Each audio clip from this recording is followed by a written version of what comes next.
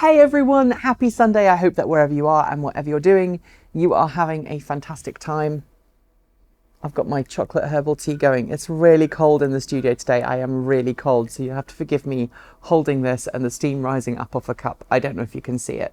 Thanks to everyone who was really just nice about the fact that we took a few days off last week. We really did need to take some time off because we had to hurry back from Texas to Portland because Kate Elliott had to be at her day job.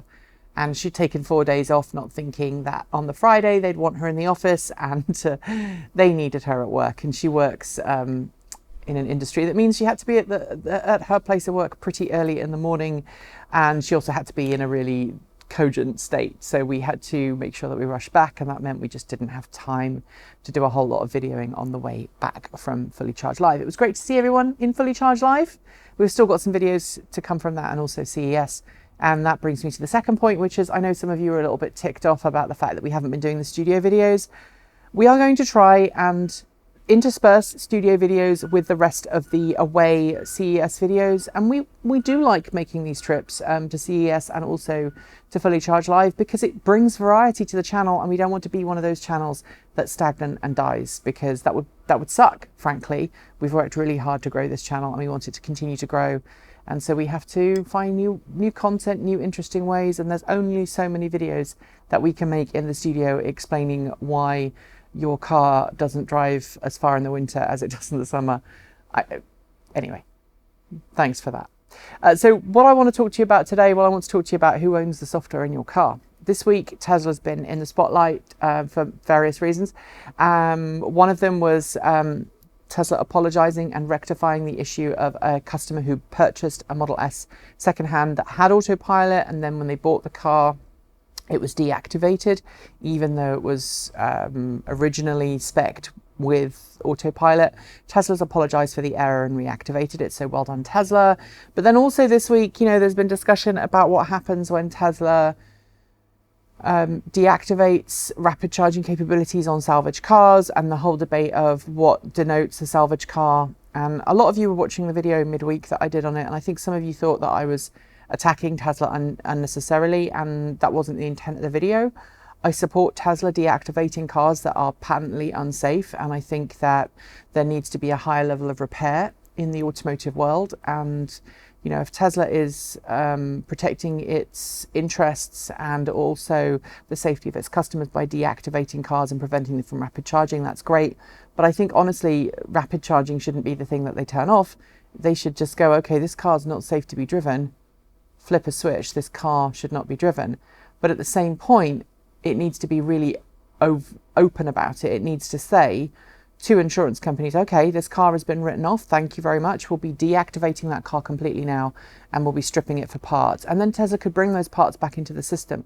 The other thing I'd love to see Tesla do is be a bit more granular about which cars get turned off and in terms of supercharging and which ones don't, because there are clearly cars that are being written off that shouldn't be being written off, and there are cars that are being written off that could be repaired and could give other people usable forms of transport. And I think that's where I was going there with that. And I think kind of you have to give end users a little bit of common sense, but you also have to give users the tools they need to repair their own vehicles. And that can come with a disclaimer. If you sell a parts catalogue or a training manual to a customer, say, okay, you want to repair your car, but you're on your own, but we'll give you all of the technical specs and all of the access to the materials to make sure that you do the repair safely. And I think that's really what I'm calling for, the right to repair with a tacit agreement that if you screw up, you're on your own.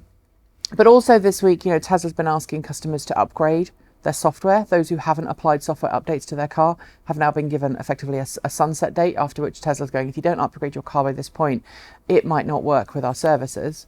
And that led me to the question, it's something that's very, very common in the modern world. Who owns the software inside a product that you own? Be it a tractor. John Deere had a really, famous court case in which tractor owners, farmers were going, hey, we want to be able to repair our tractors. And John Deere went, no, which is kind of where Tesla's at right now.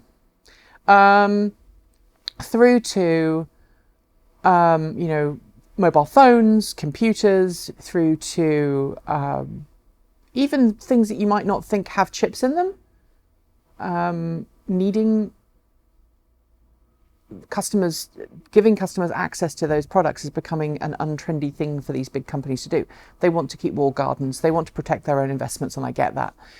But when it comes to cars, I want to know how you feel about that, because cars, traditionally, you bought the car is yours, you own everything in that car. If you want to get parts and repair the car yourself, you can.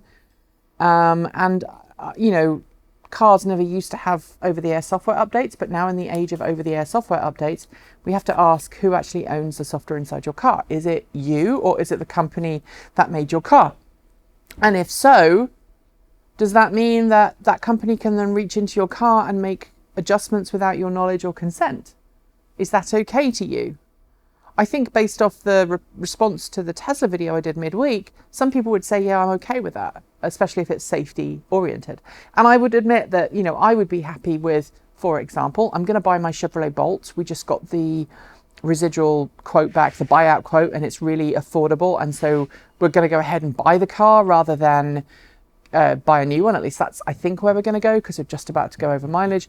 But if Chevrolet reached into my car and did an over-the-air software update, which the Bolt is technically capable of doing, and went, okay, we're going to turn off a feature because your car is too old, or we're going to force you to do something to continue to use our car, I'd be pretty ticked off, especially if I'd purchased it completely.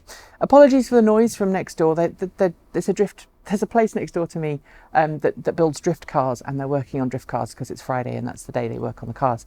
So apologies for the noise there. I lost my train of thought. So I want to know what you think. A lot of cars today have over-the-air software updates and connectivity. Would you be okay with a car company, with a car you own, reaching in and changing something in the car for your own safety or benefit? Or would you rather say, no, this is my car, I own it, and I can do what I want? Because the paths that we take are very different in that regard. You know, if we go down the route of we can change your car and update it when we feel fit, that's even more than...